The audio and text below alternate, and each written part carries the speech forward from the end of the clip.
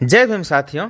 आज के वीडियो में एक ऐसे न्यायाधीश के बारे में बात करेंगे जो एक अम्बेडकरवादी परिवार से निकलकर सुप्रीम कोर्ट की सबसे ऊंची कुर्सी पर विराजमान हुए। भारतीय न्यायपालिका का इतिहास देखेंगे तो पता चलेगा कि बहुत ही कम ऐसा अवसर आया है कि समाज के सबसे निचले पायदान से आने वाले कोई व्यक्ति सुप्रीम कोर्ट के जज बने हो। मुख्य न्यायाधीश तो बहुत दूर की बात है। और महात्मा बुद्ध के आदर्शों पर चलने वाले तो न्यायाधीश अभी तक भारतीय न्यायपालिका को नहीं मिला था। आजादी के 75 साल बाद ऐसा हुआ कि हमारे देश को कोई बौद्ध मुख्य न्यायाधीश मिला है। हम बात कर रहे हैं देश के नए मुख्य न्यायाधीश जस्टिस बी.आर. गवई की, जो इस देश के 52वें मुख्य न्यायाधीश के रूप में शपथ लिया था। Justice B R. गवई का पूरा नाम न्यायमूर्ति भूषण रामकृष्ण गवई है। इन्होंने 14 मई को 10 बजे भारत के 52वें मुख्य न्यायाधीश के रूप में शपथ लिए। उन्होंने न्यायमूर्ति संजीव खन्ना का स्थान लिया, जो 13 मई को रिटायर्ड हो गए। तो आज के वीडियो में भारत के नए मुख्य न्यायाधीश जस्टिस बी.आर. गवई के जीवन के बारे में जानेंगे।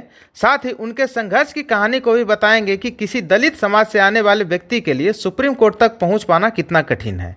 बुद्धिस्ट और दलित समुदाय से आने वाले न्यायमूर्ति बी.आर. गवई के कुछ ऐतिहासिक फैसले के ऊपर भी ध्यान डालेंगे, जो उन्होंने मुख्य न्यायाधीश बनने से पहले एक न्यायाधीश के हैसियत से लिए थे। तो चलिए शुरू करते हैं। न्यायमूर्ति बी.आर. गवई देश के सर्वोच्च न्यायालय में मुख्य न्यायाधीश बनने वाले दूसरे दलित और पहले बौद्ध न्यायाधीश हैं। उससे पहले न्यायमूर्ति के.जी. बालाकृष्णन 2007 में पहले दलित मुख्य न्यायाधीश बने थे। हालांकि न्यायमूर्ति बी.आर. गवई का कार्यकाल मात्र 6 महीनों का ही होगा और वे नवंबर 2025 में रिटायर्ड हो जाएंगे। आपको बता दें कि 1950 में सुप्रीम कोर्ट की स्थापना के बाद से अब तक केवल 7 जज ही अनुसूचित जाति या अनुसूचित जनजाति समुदाय से आए हैं। तो आप इससे अंदाजा लगा सकते हैं कि किसी दलित समुदाय के लिए सुप्रीम कोर्ट में अपना जगह बनाना कितना कठिन है। यहाँ एक बात बताना बहुत ही जरूरी है कि हमारे देश में हाई कोर्ट या सुप्रीम कोर्ट के जज के लिए कोई प्रतियोगिता परीक्षा आयोजित नहीं होती है। आप एग्जाम के जरिए सिर्फ लोअर कोर्ट के ही जज बन सकते हैं।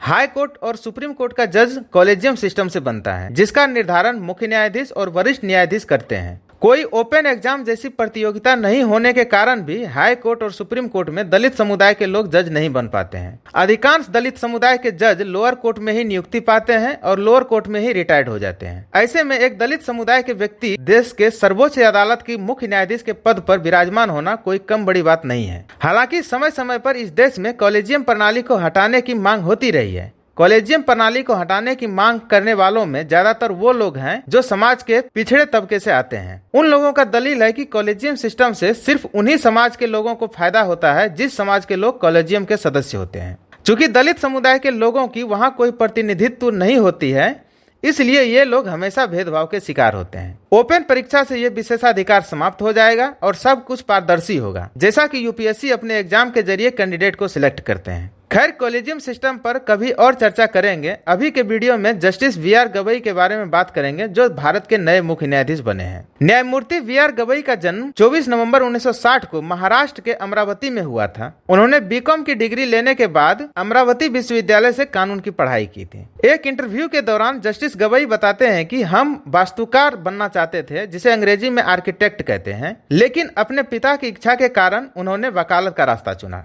उनके पिता रामकृष्ण सूर्यभान गवई एक प्रसिद्ध अम्बेडकरवादी नेता और रिपब्लिक पार्टी ऑफ इंडिया के संस्थापक थे। आपको बता दें कि जस्टिस बी.आर. गवई के पिता रामकृष्ण गवई अमरावती से लोकसभा के सांसद भी रहे हैं और 2006 से 2011 के बीच बिहार, सिक्किम और केरल के राज्यपाल के रूप में कार्य किया है। उनका निधन 2015 में हो गया था। न्यायमूर्ति गवई ने 16 मार्च 1985 को बार काउंसिलिंग में पंजीकरण कराया और 1987 से 1990 तक बॉम्बे हाई कोर्ट में स्वतंत्र रूप से वकालत की। बाद में वह नागपुर बेंच में प्रैक्टिस करने लगे। 15 नवंबर 2005 को उन्हें बम्बई हाई कोर्ट का अस्थायी न्यायाधीश नियुक्त किया गया। 24 मई 2016 को वे सुप्रीम कोर्ट के न्यायाधीश बने। सुप्रीम कोर्ट में वे लगभग 700 बेंच का हिस्सा रहे और करीब 300 महत्वपूर्ण फैसले लिखे। वो अनुच्छेद 370 से लेकर इलेक्टोरल बॉन्ड तक जैसे महत्वपूर्ण मामले में अपने फैसले दिए हैं। इसके अलावा न्यायमूर्ति गवई ने कई संवेदनशील और ऐतिहासिक मामलों में अपना महत्वपूर्ण भूमिका निभाई है। नवंबर 2024 में उन्होंने एक फैसले में कहा कि बिना उचित प्रक्रिया के संपत्तियों को गिराना कानून के शासन के खिलाफ है। ये बात उन्होंने तब कही थी जब प्रशासन के द्वारा आरोपियों के घर को बुलडोजर से गिराया जाता था। इसके अलावा वे उस संविधान पीठ का हिस्सा थे जिसमें जम्मू कश्मीर को विशेष राज्य दर्जा देने वाले अनुच्छेद 370 को हटाने को वैध ठहराया था। इसके अलावा फरवरी 2024 में वे उस बेंच का हिस्सा थे जिसमें चुनावी बॉन्ड योजना को असंवैधानिक करार देते हुए रद्द कर दिया। उन्होंने यूएपीए और पीएमएलए जैसे सख्त कानूनों के तहत मनमानी गिरफ्तारी के खिलाफ प्रक्रियागत सुरक्षा की स्थापना की। एक महत्वपूर्ण फैसले में उन्होंने अनुसूचित जाति आरक्षण में उपवर्गीकरण को वैध बताया और उसके विरोध की तुलना ऊंची जातियों द्वारा किए गए ऐतिहासिक भेदभाव से की। हालांकि इस फैसले के विरोध में दलित समुदाय के लोग आंदोलित हो गए थे और उन्होंने आरोप लगाया कि सरकार न्यायपालिका के जरिए दलितों की एकता को खंडित कर रहे हैं। इसके अलावा वे वरिष्ठ वकील प्रशांत भूषण के खिलाफ अवमानना के मामले की सुनवाई करने वाली पीठ का हिस्सा भी रहे हैं। न्यायमूर्ति वी.आर. गवई साल 2016 की नोटबंदी के फैसले वाले मामले में भी शामिल थे। हाल ही में वे चर्चा में तब आए जब विपक्ष के नेता राहुल गांधी के मामले में पारदर्शिता का हवाला देते हुए खुद को उस मामले से अलग करने की पेशकश की। आपको बता दें कि जुलाई 2023 में कांग्रेस नेता राहुल गांधी के खिलाफ चल रहे आपराधिक मानहानि मामले की सुनवाई करते समय न्यायमूर्ति गवई ने पारदर्शिता दिखाते हुए अपने पारिवारिक राजनीतिक संबंधों का उल्लेख किया और खुद को इस मामले से अलग करने की पेशकश की। उन्होंने कहा कि हालांकि मेरे पिता कांग्रेस के सदस्य नहीं थे, लेकिन वे पार्टी के साथ करीब 40 वर्षों तक जुड़े रहे। मेरे भाई आज भी कांग्रेस से जुड़े हुए हैं, इसलिए इस मामले में मेरा होना उचित नहीं है। हालांकि सरकार ने उसकी अलग होने की पेशकश को स्वीकार नहीं किया और बेंच ने राहुल गांधी की सजा पर रोक लगा दी, जिससे उसकी लोकसभा सदस्यता बहाल हो गई। यूं तो जस्टिस वी.आर. गवई के पास ज्यादा समय नहीं है। मुख्य न्यायाधीश के रूप में वे सिर्फ 6 महीने ही सेवा दे पाएंगे, लेकिन इसी 6 महीना के कार्यकाल में उन्हें कई चुनौतियों से गुजरना पड़ेगा, क्योंकि आने वाले 6 महीने में सुप्रीम कोर्ट में कई अहम केस सामने आएंगे, जिसका निपटारा करना अपने आप में एक बड़ी चुनौती माना जा रहा है। मुख्य न्यायाधीश के रूप में न्यायमूर्ति गवई के सामने जो अहम चुनौतियां होगी, उसमें वर्तमान में 2 हाईकोर्ट के जज न्यायमूर्ति शेखर यादव जो इलाहाबाद हाईकोर्ट के जज हैं और पूर्व न्यायमूर्ति यशवंत वर्मा जो दिल्ली हाईकोर्ट के जज थे, महाभियोग जैसी प्रक्रिया का सामना कर रहे हैं। इसकी भी सुनवाई करनी है। न्यायमूर्ति गवई के कार्यकाल के शुरुआत में ही 15 मई को एक महत्वपूर्ण सुनवाई हुई, जिसमें वक्फ अधिनियम में किए गए संशोधनों को चुनौती दी गई है।